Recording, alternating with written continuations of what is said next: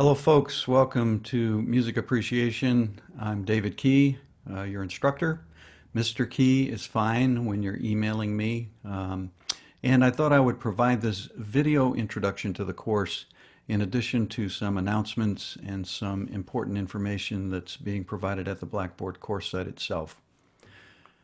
So let me share with you what you will see.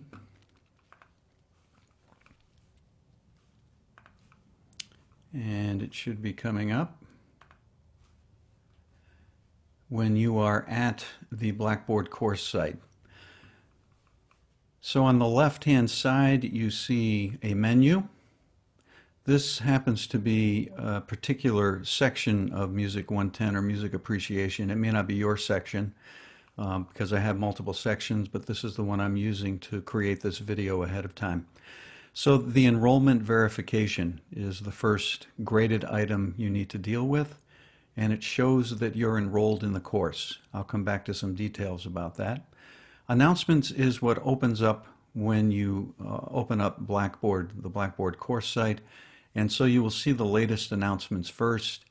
If we scroll down, you can see the first announcement that went out, which you should have received as an email. All announcements are also sent out as emails. Welcome to Music Appreciation. I had to create a student preview, so the date isn't quite right. You will see the start date of the course when you see it. In this case, it will be August 21st. For future semesters, of course, it'll be a different start date. So some basic information and a few links in that email and announcement, and I'll let you take a look at that. Wanted to remind you of the required textbook and its online access. And for every unit of the 7 units that we deal with, I will always be providing you in the announcements as an email that's sent out the items that you need to complete for that unit. This information is also listed for the unit itself. So it's happening in multiple places because I know it can be a little confusing to stay on top of things. In fact, let me talk generally about that for a minute.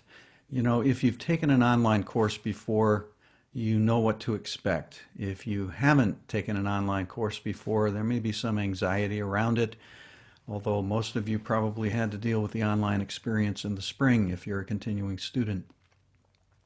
Really, ultimately, there are some basic things and some basic skills that you need to be able to have in order to succeed with an online course. One is to make sure that you have some good organizational skills and time management skills. The challenge with how I've organized the course is that for each unit, all of the items are due the same date. And you see for part 1, there are quite a number of smaller items, quizzes, etc., that are going to be due. So I did not create the time management for you with putting together the units. That's really up to you. So I would strongly urge you to take advantage of your electronic devices, to come up with a plan for yourself about when you're going to do what, and to make sure you're meeting deadlines well ahead of the due date. So you want to be aware of that. The other thing is communication. If you are having an issue, don't hesitate to reach out to me. Email is the preferred method of communication with this online course. Shoot me an email, which you can do directly from the course itself. There's the email button. You can send an email just to me, and I tend to respond pretty quickly. I check my email daily. On the weekend, perhaps one of those days on the weekend. You should hear back from me within 24 hours, certainly shortly after that. And I will do what I can to help. Understand that technology problems will be outside of what I'm able to do, and there are some other resources at Cape Fear and also with the website and resources for Norton, the publisher. The syllabus is an actual left-hand link that I want to draw your attention to under course information. If you click on that, there is some information right there on that page, including the textbook that you need and a link to where you can go to register for the total access, which is the online access you need, mostly to hear the music that goes along with your reading, but it's also where you can do some practice stuff, take some practice quizzes, etc. None of that is used for a grade. Let me stress this, please. No grades for the course happen at this online site through the textbook. All grades for the course happen at the Blackboard site. I'm stressing that because I always end up with some students who think they're turning in work when they're going to that online total access and doing inquisitive quizzes there. Not the case. So be aware of that, please. Course grading policies and scale. And then below that, Cape Fear itself has some links for you having to do with the catalog and student handbook right there. But there's also an actual course syllabus that you can click on. This is a link, and it brings you to a Google Word doc. It just opens up in a new tab, and there it is. It includes a breakdown, the course schedule. And so for this particular video, we're seeing a course that's starting August 21st. You see due dates. You see general information about chapters that are covered, but not the specific items that are due, and that's something you see at the Blackboard course site itself. Folks, I consider this syllabus to be a contract between myself and you. I do my best to put everything in that contract that needs to be there, but you are also required to pay attention to all information I provide through announcements and any other means at the course site, through emails. So make sure you're paying attention to those. We don't meet face to face, so it's not like you can just pop your hand up and ask a question easily, or that I'll be reinforcing information constantly as we go. Make sure you have that information and know what's going on. There is a separate link under the course syllabus link for a course schedule, and that's just a portion of the syllabus that I've pulled out to give you the schedule of what's going to be happening for the semester.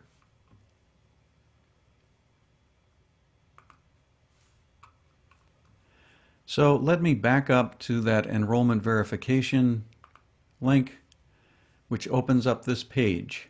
Starts with gathering and understanding basic information, and I've really kind of addressed a good deal of that in this video, but it also focuses you in on completing the enrollment verification quiz. So the enrollment verification quiz is actually your first graded item. For this item, you get 3 attempts. For all other graded items in the course, you get 2 attempts. You get kind of a do-over.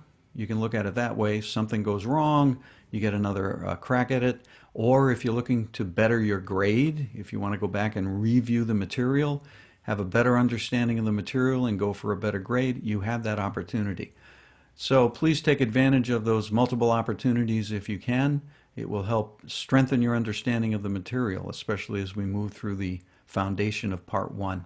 The enrollment verification quiz, like I said, is the first item you need to complete, and you've got to finish it, or turn it in, I should say, by September 1st.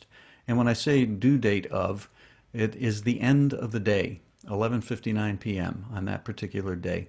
So you need to turn it in by 11:59 September 1st. Otherwise, I'll count you as never having shown up, and your name will be submitted to the registrars, and you'll be automatically dropped from the course. It also is a quiz that is going to ask you to review material in the syllabus, etc., so that you have a basic understanding of how the course works. So please take it seriously and understand the material. Yes, it's a multiple choice quiz, but don't just go for the answers. Understand the information because it is stuff that I want you to be aware of. So the enrollment verification quiz is your first graded item, but there are lots of other items that you're going to be concerned with shortly after that. And if you look down at course materials, coursework is the biggest link that we're going to be using.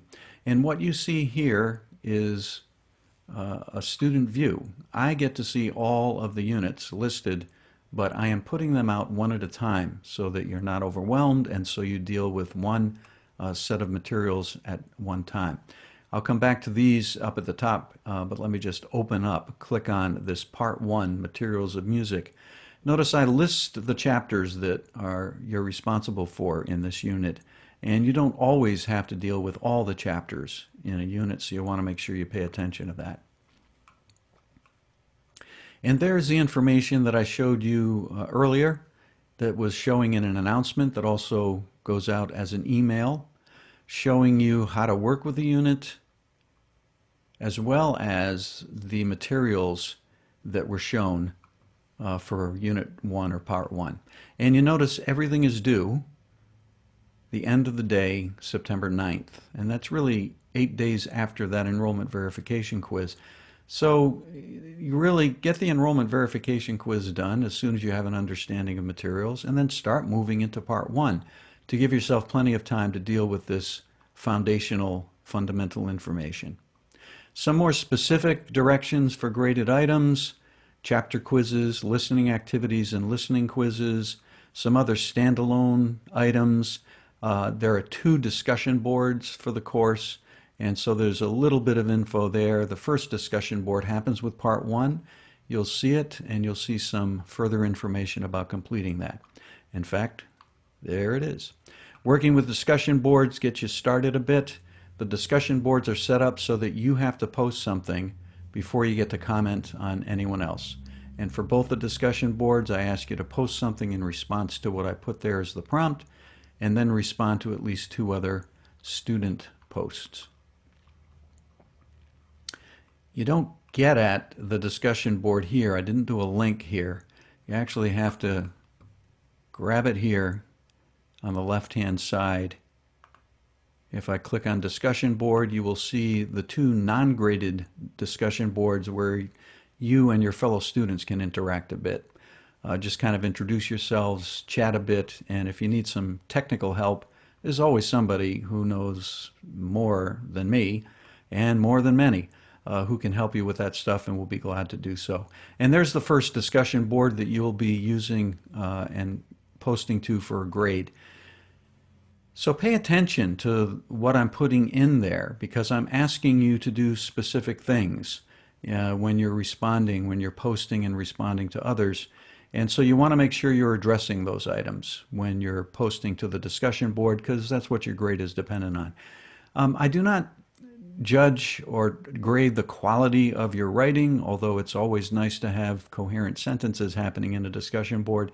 But the material that you present is what I'm going to be paying attention to, and making sure that you're answering the prompt fully is what you want to be able to do.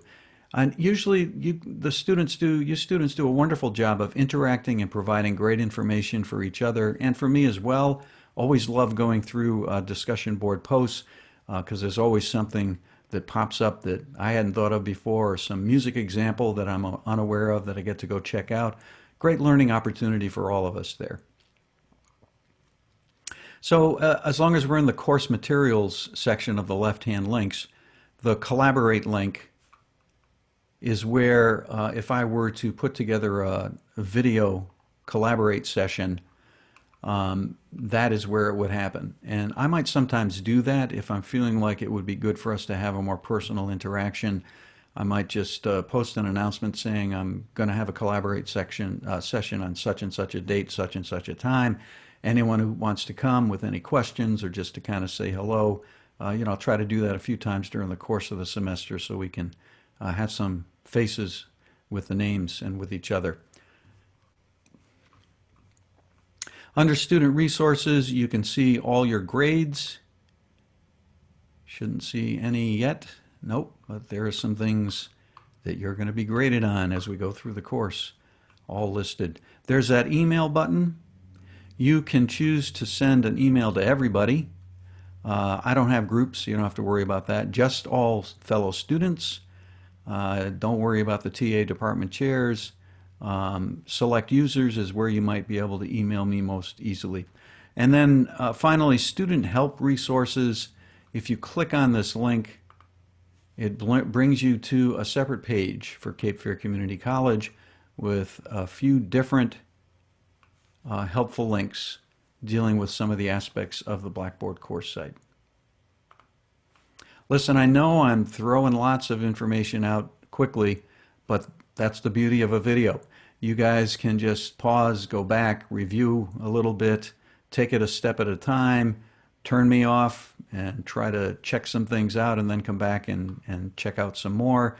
But I do think the video thing can be helpful and give you an easier in to stuff you need to be paying attention to, especially getting started. So let's back up because I've covered most of these links. We talked about the enrollment verification process and the quiz you need to take. The announcements will be showing up as needed on different days, not always the same day of the week. And by the way, the units are not always due the same day of the week, so pay close attention to those due dates. Getting started is just where you get some information about how to kind of learn about the operations of the course and how it's set up. Again, reinforcing a good deal of what I've already talked about.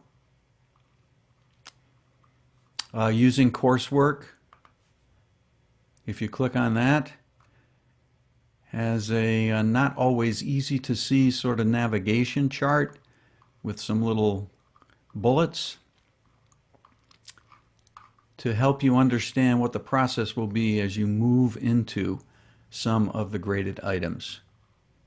Some more detailed course info if needed, and this is a Cape Fear general contingency plan that could be followed. Netiquette, online etiquette. The web link outlines the do's and don'ts of online communication, and some of that has to do with email exchanges, for example, and making sure that you are addressing me in a respectful manner, just as I would you, and that you are putting a subject heading in the email, and you are being clear about, if you have a problem or a question, what your problem or question is, so that I'm able to address it easily and quickly and help you solve that problem. Sometimes I have to email back and ask questions about, well, what is it you're looking for, or what specific quiz were you talking about? So just provide as many details as you can so that I can give you the help that you need. And, skipped over the instructor contact with my photo, little bit of info, including my email address if needed, some info about me that you can read at your leisure. In addition to teaching, I have some other areas of music that are passions of mine that I also follow. Have a website, davidkeymusic.com, that has a variety of different things. All right, so hopefully